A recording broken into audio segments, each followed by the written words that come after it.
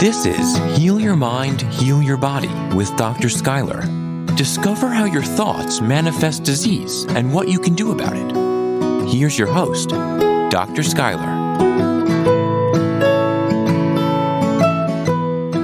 Hello, beautiful souls, and welcome back to part 2 of ants versus alts, automatic negative thoughts versus automatic loving thoughts. So last week we went over that 90% of our thoughts are on repeat each day, and most of those thoughts for people with anxiety, autoimmune, and GI disorders are formed in the first 7 years of life as children. So as kids, we walk around in this lower vibrational state called theta brainwaves, which is like wandering around life under a state of hypnosis, absorbing everything they see. So these ants are developed during this time based on false negative core beliefs. I'm not good enough. I'm not lovable. I'm not worthy. So what effect does this have over a lifetime of automatic negative thoughts that result in chronic stress, disease, and they literally change the brainwaves? For every negative thought, it alters our brain chemistry, creating a cascade of negative effects. And these ants, they deplete beneficial brain chemicals, neurotransmitters, serotonin, dopamine. They slow down the production of neurotropic factors, these things that are required for the brain cells to form. They cause a shrinking of the brain. They cause an enlarging of the amygdala, the part of the brain responsible for letting you know danger is there. So literally our brains are changing based on these automatic negative thoughts. They increase the risk for neurodegenerative diseases and psychiatric conditions, and they accelerate the brain's aging process. All of this because the first 7 years of your life, you may have had an attachment style that's unhealthy, that developed core beliefs, that created ants that led to 30,000 negative thoughts a day when you're 40 years old, which creates a disease process. And then you pass that down to our children, our partners, our coworkers, even our dogs. So it might feel sometimes that your negative thoughts are keeping you safe, but what they're really doing is they're holding you captive in a jail, this destructive cycle of stress resulting in misery and disease. Your brain tricks you into thinking that your negative thoughts are accurate, they're logical, you can justify them, you can have cognitive dissonance for them, but they only serve to reinforce your emotions. And there's a couple different of automatic negative thoughts. It's black and white thinking, like the words like always, never, every, I'm always late, no one ever understands me, I'm never good enough, like that absolute. And the focusing on negative, this is what I see the most often. It's an automatic negative thoughts where you're dismissing all that's good and focusing only on the negative. You know, a good example of this is someone was telling me, oh my gosh, they were just stressing out. They had to pay their taxes. And it was a significant freak out. And it was a significant tax bill, rightfully so. And I remember saying to the person, yeah, but you get to pay your tax bill. Person's like, what do you mean? You are in such a place of privilege, you get to pay your tax bill. Like you literally have enough money in the bank to pay that tax bill. And that person completely stopped and was like, whoa, okay. All the person was focused on was the tax bill, the tax bill, the tax bill. Well, we have to pay taxes. But what a world of abundance that we get to pay them if we have the money to pay them. It's just a different framework. Another automatic negative way of thinking is fortune telling. It's like you just know what's going to happen. You know it's like a knee-jerk reaction. Well, that's not going to work. It's never going to work. Like the negative Nancys, negative naysayers. I call it the assumptive negative. You always assume something negative is going to happen. You always assume something bad's going to happen. Another thing is thinking with your feelings. You can be in a situation where you feel stupid and also like, oh my God, I'm just so stupid. I'm so stupid. I can't believe I said that. Yeah, we all say stupid things. I have stuck not one but both feet in my mouth simultaneously millions of times. And it's okay. Doesn't mean I'm stupid. It just means I have moments that aren't quite as graceful as others. But when we think with our feelings, we begin to then self-deprecate and begin to beat ourselves up. Also, there's shooting all over yourselves. Shoulding. I should have done that. I shouldn't have done that. It's like you're beating yourself up, constantly beating yourself. I call it shooting all over yourself.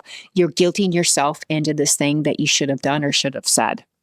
You're defined by your labels. Like, oh my God, I'm so lazy. I'm so unproductive. I'm such a loser. When someone tells me they're so lazy, that typically is an overachiever that feels guilt for taking time and just sitting down. But they define themselves as lazy, which creates significant automatic negative thoughts. Another one is internalizing. You don't treat yourself well at all. You're really prone to automatic negative thoughts that if someone cuts you off, oh my God, I can't believe that person did that to me. That person doesn't know you. They didn't do that to you. They just cut you off. So internalizing was when someone says something, oh, my dinner's oversalted. Oh my God, I'm so sorry. We shouldn't have come to this restaurant. Like they internalize that everyone else's problem is theirs and they create this automatic negative dialogue. Blame shifting. This one's just pretty straightforward. A lot of times avoidants do this. They realize they're responsible for their own actions and thoughts, but they blame everyone else for it. It just turns into this negative attack on self. It can't be me. It can't be me. It can't be me. I've got to blame the other person. It creates this abandonment of self and this kind of sense of self-loathing. Another one is self-critic. This one's my all-time favorite, actually. And this is the one that I use so much in therapy because I depersonalize everyone's inner critic. And I tell people, would you allow your best friend to talk to you the way that you talk to yourself? Or would you talk to your best friend the same language you talk to yourself? Or take your least favorite human in the planet, whoever it may be, and would you allow them to talk to you that way?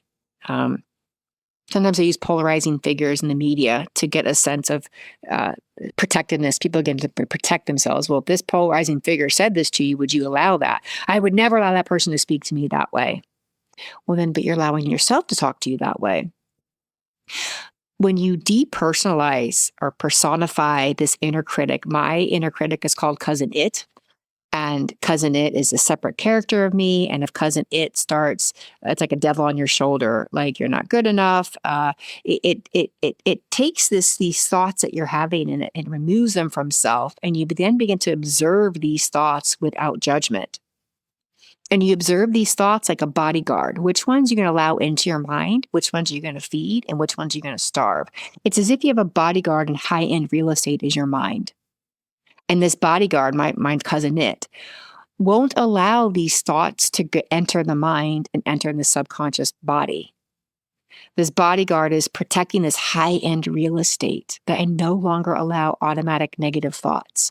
And some really cool characters. Someone used Oscar the Grouch one time. Really cool things people start coming up with to serve as their bodyguard, their inner critic. They created a character. They develop this character that becomes this bodyguard that they no longer allow these thoughts to come in. When you begin to understand where automatic negative thoughts come in, attachment style, first 7 years of programming, emotions are contagious, phases of healing, you can begin stop and ask yourself, I understand this better now. So why can't I create wellness? Why can't I create alts? One of my favorite examples of alts is in the movie The Help. And the southern nanny was putting the toddler to bed. And before she puts the toddler to bed, and I'll try not to butcher the accent, but this is the exact quote. You is kind, you is small, you is important.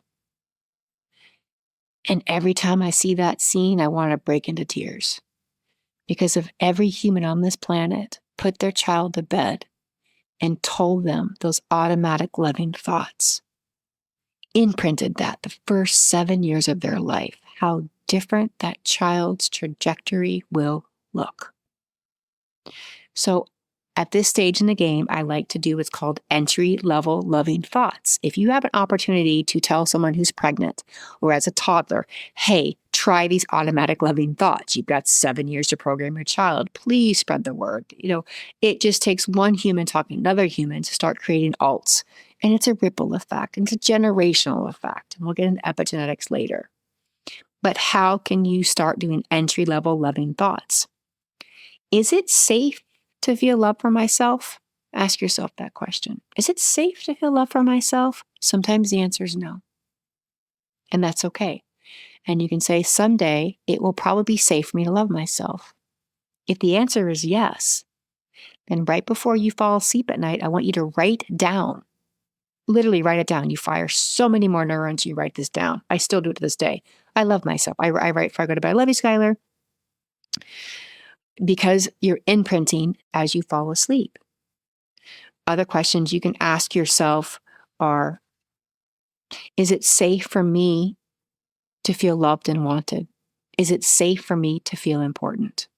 If the answer is yes, then write it down. If the answer is no, you can even put, someday it will be safe for me to be loved. You're setting yourself up for the future tense to begin to create automatic loving thoughts. Write down these thoughts. If it doesn't feel safe, you can then put it in a future tense that someday it will be. If you wanted to start with something simple, I love you, and then I love, and then put your name in there. And then go to bed. Do not pick up your device, because then you're imprinting something totally different. My personal and clinical and neuroscience advice, no phone. If you want to be realistic, a half hour before bed. You want to do it right, 2 hours. What you listen to before you go to bed imprints in your mind. And if you're falling asleep to the news, you are reinforcing ants. Like, the worst thing you can do is fall asleep to the news or crime TV. Love of God, please, if you do one thing, don't fall asleep to negative news. It's going to reinforce the disease process. But start recreating alts. I am loved. I love you. Insert name here. Then when you wake up, when you first come to terms with consciousness, you first realize you're waking up. Statistically, you're going to repeat 90% of the thoughts you had the day before. Oh my God, what's my day going to be like? I got to get up, blah, blah, blah, blah, blahs. Stop. What great things are going to happen to me today? Why do I feel so good right now? Why is everything always happening in my favor? Begin to ask yourself, how is it that I feel so good right now? Why is it I'm so excited to feel the day? Or just something as simple as, I love you today, you got this. Or, you'll figure it out today. We'll get through it. You have a 100% survival rate. The thoughts that you have as you're falling to sleep and the thoughts you have as you're waking up can begin to imprint alts. Alts create wellness. Another thing I like to start with, I'm this huge advocate of authenticity. Authenticity is the bridge to inner divinity. And whether divinity for you is God or oneness or quantum, irrelevant. Divinity is a sense of peace. And if you know, you know. If you're not quite ready to sink into this sense of accepting flaws, which I didn't for many, many years, and if someone would have forced me to early on, I would have really bucked them. I would have argued with them. And I love and accept anyone who's not ready, because for years I wasn't ready. But gratitude is a great entryway into authenticity. And authenticity is the bridge, but gratitude is the entry to it. And what I like about gratitude is sometimes, we might not feel grateful, but we are grateful. Feeling grateful and are grateful are two different things. I am grateful I had a good meal today. I'm grateful I had a good cup of coffee. So if it's not safe and okay to do something like I love myself, just start with saying gratitude. And one morning you might wake up and you might not feel good. This actually happened to me the other morning. I woke up with this pit in my stomach. I don't know, something is in retrograde or something. I heard somewhere off the lines. Who knows? I'm like, oh my gosh. And I went to do my morning coming to terms with consciousness 4 a.m. thoughts.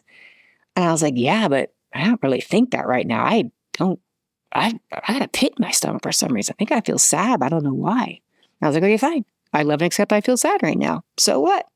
You still got to go to work. You still got to do your day. And then I said, yeah, but I still kind of wonder what things might happen today, but I really feel kind of off. I feel sad. I completely owned with authenticity that I felt 100% off. I still had to go to work. I had to show up for other people. I had to be on point. So simultaneously, those realities existed on the same plane. I felt off. I felt sad. I felt grief, but I still felt utter joy. And what's so cool about that is I got 2 really cool offers that day that came in that were really mind-blowing. And I thought to myself, wow, I still kind of felt not good emotionally, but I lived in the authenticity of that. And that vibration brought some really cool, amazing events for myself that day. I hope this begins to explain that automatic loving thoughts are possible once you understand attachment style the first 7 years. I do have an online workshop coming up at Mind Body Connection, and it's Why My Body's Betraying Me. And we're really going to get into all these things that I'm talking about, all these ingredients that make up this slice of pie in the Mind Body Connection. You're going to have access to any specific questions. We'll get more into your specific disease process, what response you might be in. I'm keeping this very small and very intimate. I'll do a safety-based hypnosis session if you feel comfortable with it. And hopefully you're going to walk away feeling very knowledgeable and empowered with many more answers. You'll find that on drskyler.net if you want to send an email for it. I'll also be doing an in-person workshop, Deactivating the Limbic System, Moving from Survival to Thriving. It's going to be this fall. And this is going to be in person. And it's, again, very small, very intimate. It's going to be looking at specific ailments, breath work, meditation, somatic yoga, quantum biology, which is something I super love to do, energy work, disengaging the limbic system, trauma releasing, just really cool stuff that I haven't even covered in the podcast yet. So, and if it's a good fit, it's an environment for everyone who can feel safe. Next episode, we're going into frozen response, dorsal vagal complex. We've gone into fight or flight, but frozen response can often be seen. I do Celine Dion, but stiff person syndrome, but IBS, constipation, and how your ants can prolong your fight, flight, or frozen. And that's the next episode will be on.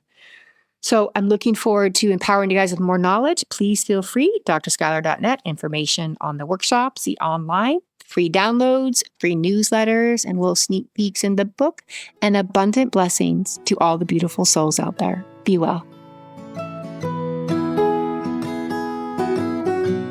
Thank you for your time. I feel so grateful you have listened to the end. When we begin to understand how our body manifests stress, trauma, depression, anxiety, and even unexpressed emotions, we then create a space, a bandwidth in our minds to begin to heal our bodies. Healing is a decision, and I am grateful for yours. Abundant blessings, Dr. Schuyler. To learn more about the work Dr. Schuyler is doing, please visit drskyler.net. That's drskyler.net.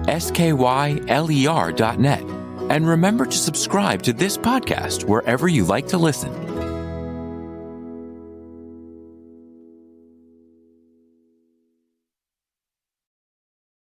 Produced by Audavita Studios.